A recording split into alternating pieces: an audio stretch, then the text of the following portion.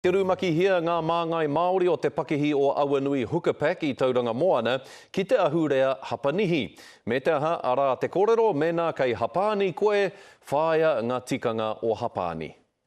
Ko te tī kākariki he inu tūturu no Hapani. He ahuatanga nā o rātou mātua tīpuna. We value that cultural relationship. We see it as a huge advantage in us selling our fruit.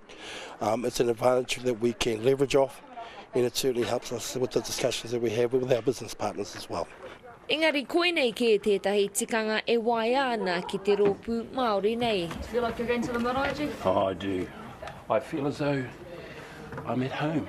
He pērā te kōrero a Jeff Wollaston I ngā heri tēnei temepara ki te marae. The removal of the shoes and that, and as we sort of respectfully go through the buildings as the bowing of the heads, and we acknowledge our koro and that too, on the marae in that situation. Kei wareware te kai Hapanihi, aha kua kaori I pērā rawa te reka o te tofu ki etahi. Not bad at all.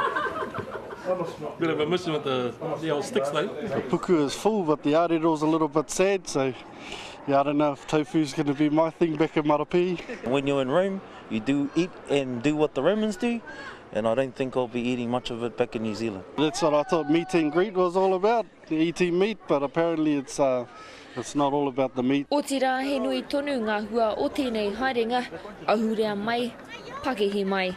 Atu I Hapani, Irana Smith, Te Karere.